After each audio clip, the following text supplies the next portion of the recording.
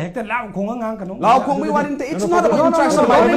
it's not about interrupt it's not about interruption it's not about interruption it's not about interruption it's not about interruption it's not about interruption it's not about interruption it's not about interruption you don't know anything if you are blaming the Congress president what about the other BJP president what about the other BJP minister what about the other ministers what about the other BJP Mike Muthakare ani maki Mike Muthakare Rambo hanbo mukta kurumzari nahan Impact TV da war on drugs ka mari leinana discussion yaururba matungda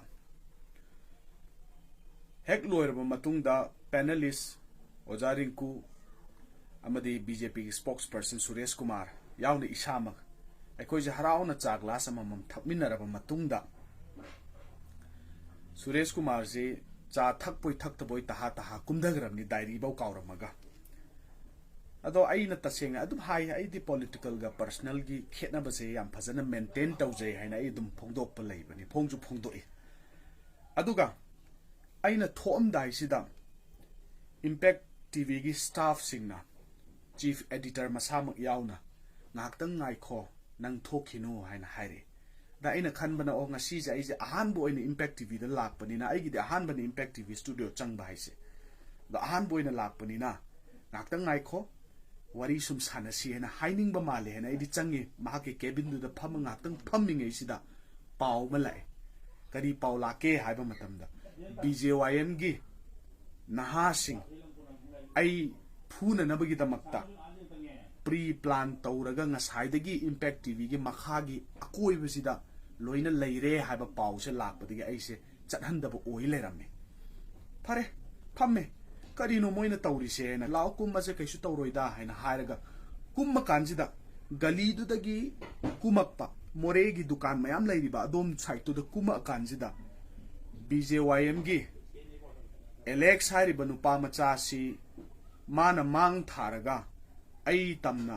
khulai ju yauna chenjalak pura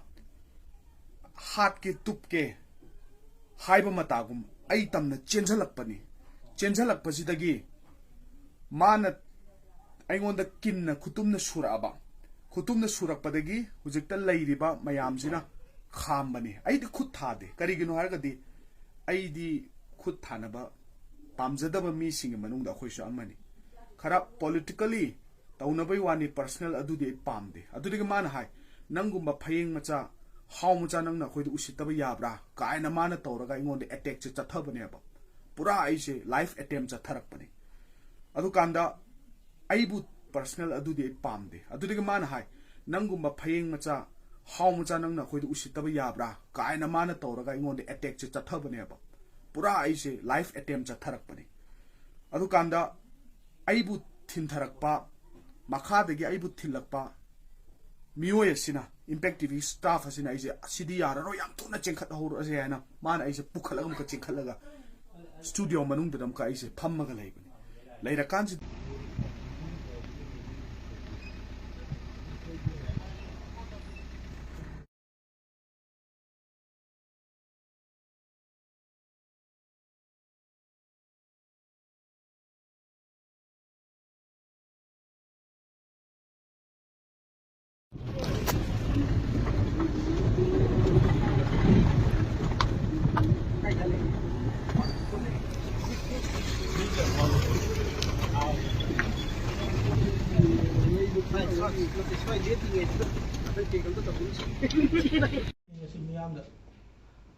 ngang thokiba Impact TV gi thobo do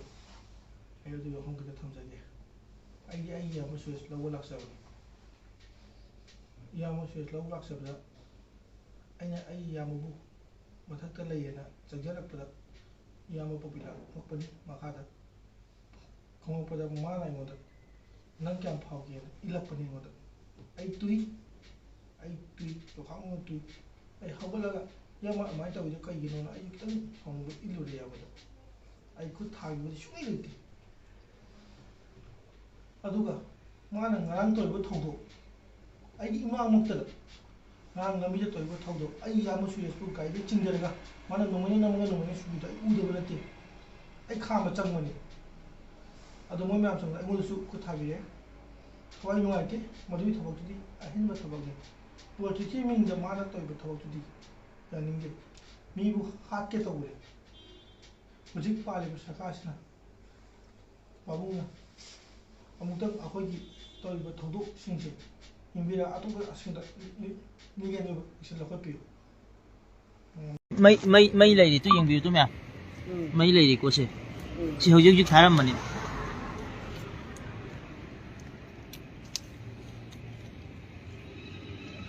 MPCC cái hết get mà mang đây nè mà xí làm nè đại bậc thi với thầu đồ mà nè mà xí dùng bá thầu đồ xí mà mang cái số get cầu làm bá cái mà lấy khé à tôi bộ mà xí cana na kari cái đó ta thái làm lên nó